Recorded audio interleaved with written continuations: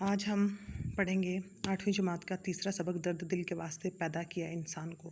اس کے تدریسی مقاصد کیا ہیں کہ اس سبق کی تدریس کے بعد طلبہ اس قابل ہو جائیں گے کہ آداب معاشرت اور حسن سلوک کے مفہوم سے آگاہ ہو سکیں، محبت، اخوت، اظہار، قربانی، سخاوت، رحم اور ہمدردی کی اہمیت سے روشناس ہو سکیں گے، اسلامی روایات سے آگاہ ہوتے ہوئے احترام انسانیت کی طرف راغب ہوں، مخلوق کے خدا کے ساتھ نیک برتاؤ کے جذبات خود میں اجاگر کر پائیں، اس کے علاوہ محاورے کے مفہوم اور استعمال سے آشنا ہوں۔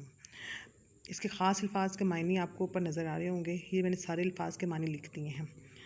اب اس کی ہم پڑھائی کی طرف چلتے ہیں۔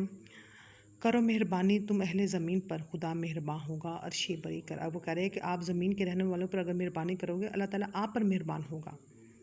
اپنے لیے تو جانور اور پرندے بھی جیتے ہیں، ہم اشرف المخلوقات ہیں اور ہمارا فرض ہے کہ دوسروں کے زیادہ سے زیادہ کام آئیں۔ در حقیقت مخلوق خدا کے کام آنے میں ہی زندگی کا اصل مزہ ہے کہ ہمیں خدمت خلق کرنی چاہیے، ہمیں انسانوں کے ساتھ اچھا سلوک کرنا چاہیے، دوسروں کی مدد کرنی چاہیے، جہاں جہاں ان کو مدد کی ضرورت ہو ان کی مدد کرنی چاہیے، خوشگوار اور پرسکون زندگی بسر کرنے کے ضروری ہے کہ افراد معاشرہ میں اس نے سلوک، سخاوت کے جذبات و عتم کہ مکمل بدرجہ عطم مکمل موجود ہو، ایسا معاشرہ جس میں ہر انسان دوسرے کی ضروریات کا خیال رکھے۔ اس زنجیر کی مانند ہوتا ہے جس کی کڑیاں باہم مربوط ہوتی ہیں، جڑی ہوتی ہیں، بصورت دیگر معاشرے کا شیرازہ بکھر جاتا ہے۔ ایک دوسرے کے دکھ درد محسوس کرنا، اس کا مداوع کرنا ایسا فعل ہے جو انسان کو فرشتوں سے بلند اور ممتاز کرتا ہے، نمایاں کرتا ہے۔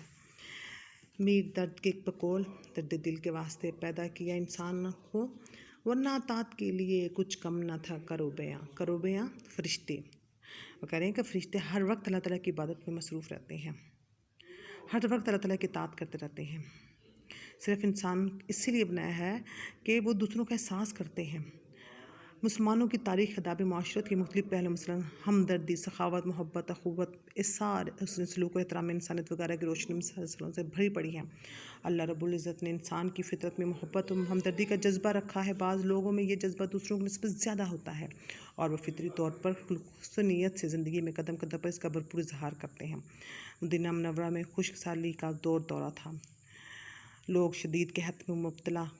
اسی دوران ملک شام سے غلے سے لدے ہوئے 1000 اونٹ قطار در قطار مدینے کی حدود میں داخل ہوتے ہیں۔ مدینہ منورہ کے تاجروں کے چہرے خوشی سے تمتما اٹھتے ہیں اور ان کے دلوں میں خوشی کی لہر دوڑ جاتی ہے۔ ان سب کی یہ خواہش ہے کہ یہ غلہ خرید لیا جائے اور پھر منہ مانگے داموں فروخت کر کے زیادہ سے زیادہ نفع کمایا جائے۔ یہ غلے کے اونٹ حضرت عثمان ذو النورین رضی اللہ تعالیٰ عنہ کے ہیں، جن کا شمار مدینے کے بڑے تاجروں میں ہوتا ہے۔ مدینے کو ہر تاجر آپ رضی اللہ تعالیٰ عنہ کے پاس دوڑا آتا ہے تاکہ وہ زیادہ سے زیادہ غلہ خرید لے اور خوب نفع کمائے۔ حضرت عثمان غنی رضی اللہ عنہ ہر ایک سے باری باری پوچھتے ہیں کہ وہ کتنا منافع دے گا۔ ہر ایک آپ رضی اللہ عنہ کو 2 گنا منافع دینے کی خواہ پیشکش کرتا ہے اور اس پر آپ رضی اللہ عنہ کہتے ہیں کہ یہ بہت ہی کم ہے، مجھے اس سے زیادہ نفع مل رہا ہے۔ سبھی تاجر حیران ہیں کہ اس قدر منافع کون دے رہا ہے۔ وہ حیران ہو کر آپ رضی اللہ عنہ سے پوچھتے ہیں کہ ہم سے پہلے نہ تو کوئی ادھر آیا اور نہ ہی ہم نے کسی کو آتے دیکھا، آخر وہ کون ہے جو آپ رضی اللہ عنہ کو اس سے زیادہ نفع دے رہا ہے۔ حضرت عثمان غنی رضی اللہ عنہ کہتے ہیں کہ وہ میرا اللہ ہے جس نے مجھ سے وعدہ کر رکھا ہے، سبحان اللہ، وہ ایک کے بدلے میں 10 دے گا۔ ماشاء اللہ، یہ جواب سن کر مدینے کے تاجر لاجواب ہو جاتے ہیں۔ انسانی تاریخ میں غنی کے نام سے پہچانی جاتی ہے اور اس ہستی نے اس وقت وہ سارا غلہ اللہ کی راہ میں غریبوں اور مسکینوں میں تقسیم کر دیا۔ اس سے سارے حسن سلوک و سخاوت کی ایک اور مثال کم ہی دستیاب ہوگی۔ اسلامی تاریخ گواہ ہے کہ صحابہ کرام نے ہر اپنے آڑے وقت میں، مشکل وقت میں اپنے بھائیوں کی مدد کی اور ان کی ضرورت پر ترجیح دی۔ غزوہ تبوک کے موقع پر جب رسول صلی اللہ علیہ وسلم خاتم النبی نے حضرت محمد صلی اللہ علیہ وسلم نے صحابہ کرام کو خدا کی راہ میں مال و دولت دینے کا کہا تو حضرت عمر فاروق رضی اللہ عنہ نے فوراً اپنا آدھا مال راہ خدا میں پیش کر دیا۔ حضرت ابوبکر رضی اللہ عنہ نے سخاوت کی اس بے مثال تاریخ رقم کر دی، انہوں نے اپنے گھر کا سارا سامان رحمت دو عالم حضرت محمد صلی اللہ علیہ وسلم کے قدموں میں ڈھیر کر دیا۔ سرور کائنات صلی اللہ علیہ وسلم نے پوچھا کہ ابوبکر گھر والوں کے لیے کیا چھوڑا ہے؟ تو انہوں نے کہا اللہ اور رسول صلی اللہ علیہ وسلم۔ صدیق اکبر رضی اللہ عنہ کے اس عمل کے ترجمانی علامہ اقبال یوں کرتے ہیں، پروانے کو چراغ ہے بلبل کو پھول بس، صدیق کے لیے خدا کا رسول صلی اللہ علیہ وسلم بس۔ سبحان اللہ۔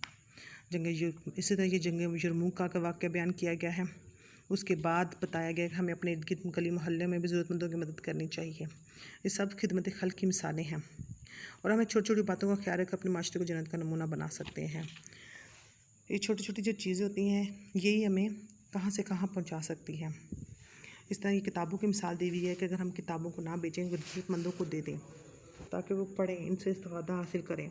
اس کے آگے کیا بتایا ہوا ہے، ہسپتالوں کی مثالیں بتائی ہوئی، نابینا کو اگر ہم کسی کا نابینا کو سڑک پار کروا دیں تو وہ بھی خدمت خلق میں آتا ہے۔